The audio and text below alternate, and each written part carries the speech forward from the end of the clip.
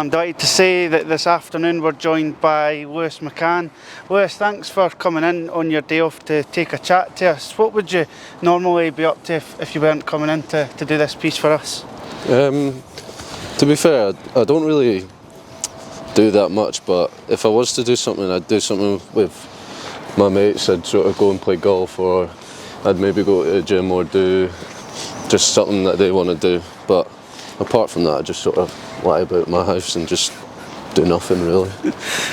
You've really grew into your role as a first team player. We spoke on camera a couple of weeks ago about you hitting your 150th appearance for the club, and you mentioned how proud you were at that stage. Is it something that you've managed to speak to your family about, your friends about? Are they proud of you as well? Do they view it as a big achievement for yourself as well?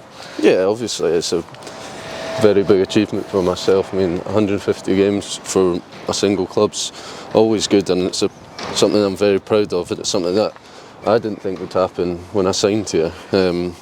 But yeah, they've all said their congratulations and everything. Obviously, my mates said they didn't think I'd last that long as well, but you know, they're just poking fun at me, is what it is.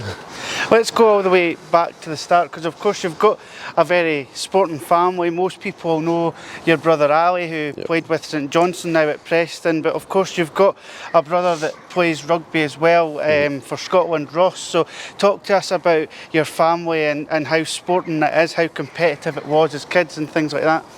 Yeah, well, there's four of us. That's all four boys, and I'm third in line. And there was three boys in 6 years, I think. So obviously it kept my household growing up quite a chaos thing, and everyone was competitive, everyone was sporty.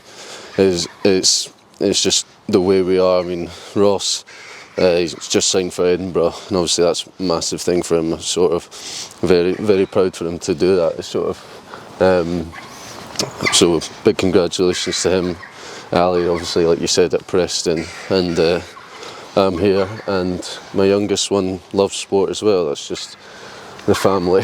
I don't know where it's come from, but that's my siblings and everything. Like, they're just a very sporty family. Both my parents very sporty as well. As we said, Ross playing rugby, so was it more than just football you played when you were growing up? Were you a big rugby player as well at school or things like that?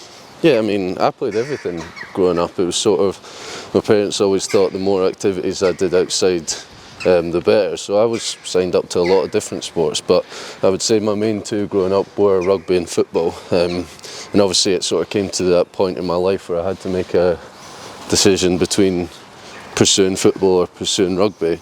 And it was right at that point where I went on a trial game, rugby, and I've got tackled, gone over, and one of the big props just landed on my leg and broke my leg. And after that I just thought, nah, I'm going to pursue football here.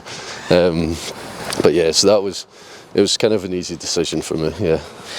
You're saying about having to decide whether to pursue football or rugby, but also growing up you've represented Northern Ireland under 21s. I think I'm right in saying that your granddad represented them as well when he played football. So was that something that you had to decide between in terms of Scotland or Northern Ireland? No, well, my dad's from Northern Ireland, my mum's from England, and we're all born and grown in Scotland, so it was never really a preferable country to play for. It was always just sort of, I think I've said this before, it was first come. And obviously they came around when I was 17, so it was sort of a no-brainer when it came to that sort of decision, because obviously it's a big thing, and obviously I wanted to make my family proud, whether it was going to be Scotland, Northern Ireland or England, it didn't matter.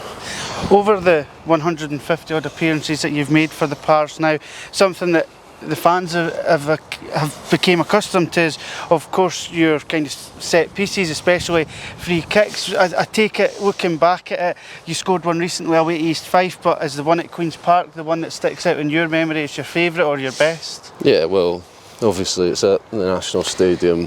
It's one goal a season. Obviously that's a proud thing that I've done for myself, but I wouldn't say grown accustomed to. I've sort of just hit two good ones in games, and it's a few close ones, and that's sort of where it's all came from.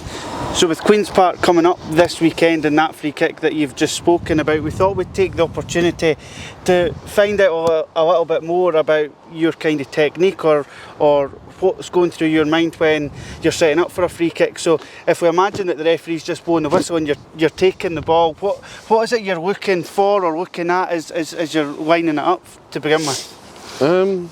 Not really anything like that different from just hitting a normal shot.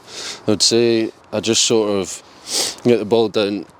No, I don't have any specific way of putting it down. I don't hit the valve or hit a specific kind of place on the ball. I don't do anything like that. Take a few steps back, look where the goalie is, look who's in the wall, where the smallest part of the wall is, and then make my decision from there where I'm going to go. And is that how you decide whether you're going to hit a free kick or not, in terms of once you've placed the ball down and looked at the ball and the goalkeeper, is that when you decide if you're going to shoot, or is there a distance or an angle that you look at and say this is like Lewis McCann range? No, it's usually whenever we get a free kick I hear the gaffer on the sideline shouting over to hit my name and he's going like that on the sideline. But no, like if it's in this range I'll be first to grab the ball because I feel confident in this sort of range.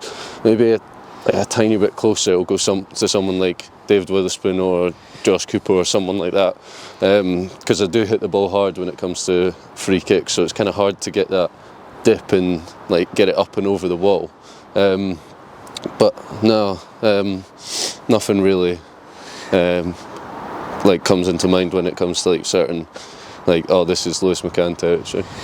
Is it something that you've had to work on over your career in terms of taking set pieces, taking free kicks, or is it something that's just kind of came naturally with you being a kind of forward attacking striker in that role? Is it just a natural action for you? I would say it's more, I wouldn't say I've not practiced it because then I'd be lying, but I would say it's just sort of something that's naturally came, and obviously don't get me wrong, I can get miles better at it, like I've got a long way to go, but it's something that I feel confident doing, definitely. Yeah, and well, I suppose that there's only one way to end, and that's hopefully with a goal, so I'll hand over to you. Oh God, I've got the wrong shoes on to do that, my shoes are going to go flying.